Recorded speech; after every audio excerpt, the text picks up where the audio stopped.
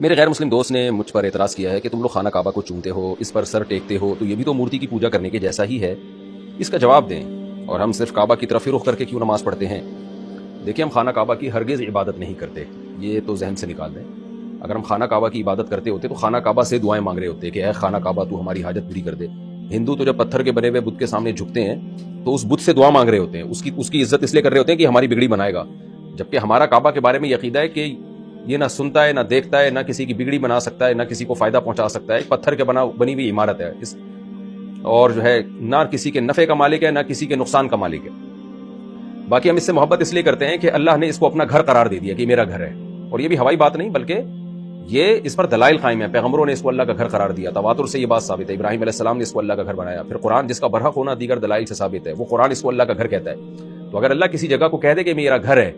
لہذا جو میرے گرد طواف کرنا چاہتا ہے تو اب ہم اللہ کے گرد تو نہیں کر سکتے نا عرش پہ جا کے، تو اللہ نے کہا میرا گھر ہے تو اب اس کے گرد طواف کرو گے ایسے جیسے میرے گھر کے گرد ہی طواف کر رہے ہو۔ تو کسی کے گھر کے گرد طواف کرنا یہ گھر کی تعظیم نہیں ہے، یہ جو گھر والا ہے اس کی تعظیم ہے۔ باقی بیت اللہ کی دیواروں کو جو ہم چومتے ہیں تو یہ بھی عقیدت اور محبت میں، کیونکہ اس کی نسبت اللہ کی طرف ہے، تو اس نیت سے نہیں کہ یہ دیواریں ہمیں فائدہ پہنچا سکتی ہیں۔ حضرت عمر رضی اللہ تعالی عنہ نے جب حجر اسود کو چوما نا تو یہ الفاظ کہے کہ تو محض ایک پتھر ہے، نہ کسی کو نقصان پہنچا سکتا ہے نہ نفع، ہم نے تو نبی کو دیکھا ہے تجھے چومتے ہوئے، اس لیے ہم تیرا بوسہ لے رہے ہیں، کیونکہ اللہ کی طرف نسبت ہے، اللہ کے گھر ہے، تو اللہ تعالیٰ کی مرضی جس جگہ کو اپنا گھر بنا دے۔ پہلے اللہ نے بیت المقدس کو بنایا ہوا تھا تو ہم اس کی طرف رخ کر کے نماز پڑھتے تھے، پھر اللہ نے کہا بھائی میں لوکیشن چینج کر رہا ہوں، اب بیت اللہ ہے میرا گھر، تو ہم نے کہا چلو بھائی اب بیت اللہ کی طرف رخ کر کے نماز پڑھیں گے۔ تبھی قرآن کہتا ہے لیس البر ان تولوا وجوہکم قبل المشرق والمغرب، نیکی یہ نہیں ہے کہ تم کبھی ادھر منہ کر کے نماز پڑھو کبھی ادھر منہ کر کے نماز پڑھو، نیکی یہ ہے کہ خدا کے حکم کو فالو کرو۔ تو بیت اللہ کی طرف خدا نے حکم دیا ہے کہ اس طرف رخ کر کے نماز پڑھو، تو یہ اصل نیکی ہے کہ اللہ کے حکم کو ہم فالو کر رہے ہیں۔ باقی ان پتھروں کو ہم نفع نقصان کا مالک نہیں سمجھتے، جبکہ ہندو اس میں دو گڑبڑ کرتے ہیں۔ نمبر ایک، آپ کے پاس کیا دلیل ہے کہ ان بتوں کی عبادت سے اللہ خوش ہوتا ہے، ان بتوں کے سامنے جھکنے سے اللہ خوش ہوتا ہے؟ اس کی دلیل کیا ہے آپ کے پاس؟ یہ تو آپ نے باپ دادا نے ایک چیز گھڑ لی ہے، بس کوئی دلیل تو ہے نہیں آپ کے پاس۔ دوسری بات یہ کہ آپ تو ان کو نفع نقصان کا مالک سمجھتے ہیں، تبھی ان سے منتیں مانتے ہیں، مرادیں مانتے ہیں۔ ہم بیت اللہ کو کچھ بھی نہیں سمجھتے نفع اور نقصان کے مالک ہونے کے لحاظ سے، نفع نقصان کا مالک اللہ ہے، تو اللہ سے دعائیں مانگتے ہیں۔ یہی وجہ ہے کہ بیت اللہ کی طرف رخ کیے بغیر بھی کسی نے دعا مانگ لی تو اللہ ہی سے دعا مانگے گا، وہ دعا مانگنے والا کہلائے گا۔ یعنی اگر کوئی بیت اللہ کی طرف پش کر کے دعا مانگ رہا ہو اللہ سے تو بھی دعا ہو جائے گی اس کی۔ باقی نماز کے لیے اللہ نے ایک سمت متعین کر دی ہے کہ میرے گھر کی طرف رخ کرنا ہے، اس میں مسلمانوں کی جو فکر ہے وہ بھی مجتمع ہو جاتی ہے، ایک رخ ہوگا، ورنہ کوئی ادھر منہ کر رہا ہوتا کوئی ادھر منہ کر رہا ہوتا، تو اس میں انسان کا دل بھی مطمئن ہو جاتا ہے، بھائی ایک طرف تو رخ کرنا ہے نا، اب اللہ تو عرش پر ہے تو اب ہم کہاں رخ کریں گے؟ تو اللہ نے کہا میرا گھر ہے اس طرف رخ کر لو۔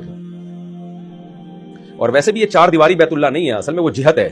یہی وجہ ہے کہ چار دیواری نہ بھی ہو تو بھی ہم اس طرف رخ کر کے نماز پڑھیں گے، اور طواف ہم اس سمت جو چار دیواری کی جو جگہ ہے نا وہاں سے باہر سے ہم طواف کریں گے تو بھی طواف ہو جائے گا، تو دیوار نہیں ہے۔ اگر بیت اللہ کو ہم خدا سمجھتے تو بیت اللہ کی چھت پہ کھڑے ہو کر نماز نہ ہوتی، جبکہ ہمارا عقیدہ ہے کہ بیت اللہ کی چھت پہ بھی کوئی کھڑے ہو کر نماز پڑھے گا تو نماز ادا ہو جائے گی، بیت اللہ کے اندر جا کے بھی کوئی نماز پڑھے گا تو نماز ادا ہو جائے گی،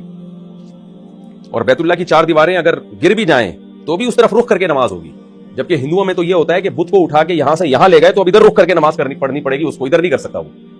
نماز سے میری مراد ہے کہ جو ہندوؤں کی نماز ہے، یعنی اس کے سامنے جھکنا سجدہ کرنا، جبکہ ہمارا عقیدہ ہے کہ بیت اللہ کی دیواریں اکھاڑ کے اگر آپ لے گئے اور کہیں اور رکھ دیں تو ان دیواروں کی طرف رخ کر کے نماز نہیں ہوگی، بلکہ اس جہت ہی کی طرف رخ کرنا پڑے گا۔ تو یہ جو جہت ہے نا، جہت، یہ جو سمت ہے، یہ اللہ نے، یہ جو ڈائریکشن ہے یہ اللہ نے متعین کر دی ہے کہ یہ جگہ، یہ جو لوکیشن ہے یہ میرا گھر ہے، تو اس لیے وہ دیواروں میں کچھ نہیں رکھا۔ دیواریں تو بیت اللہ کی چینج بھی ہو سکتی ہیں، چینج ہوئی ہیں بہت دفعہ،